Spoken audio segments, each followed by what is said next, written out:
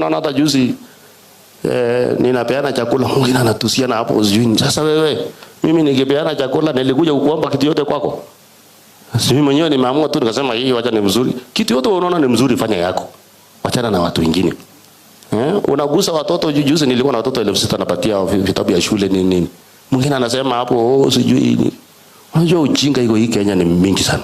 Tuombe nchi yetu na tupate kwa tafadhali kwa level yetu tunaheshimiana na tukae kama wa Kenya na tujenge nchi yetu na tuache ukabila.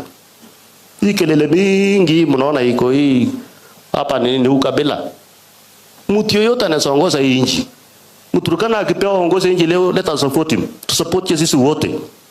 Na tuseme ni Mkenya. Tuache kusema huyu ni Mkikuyu, huyu ni Mkalenjin, huyu ni Mjaluo, huyu ni Mkisii, sijui huyu ni nani. Hiyo ndio mambo imetupoteza. Na ndio mimi naomba 2025 kila mtu afanye kazi yake.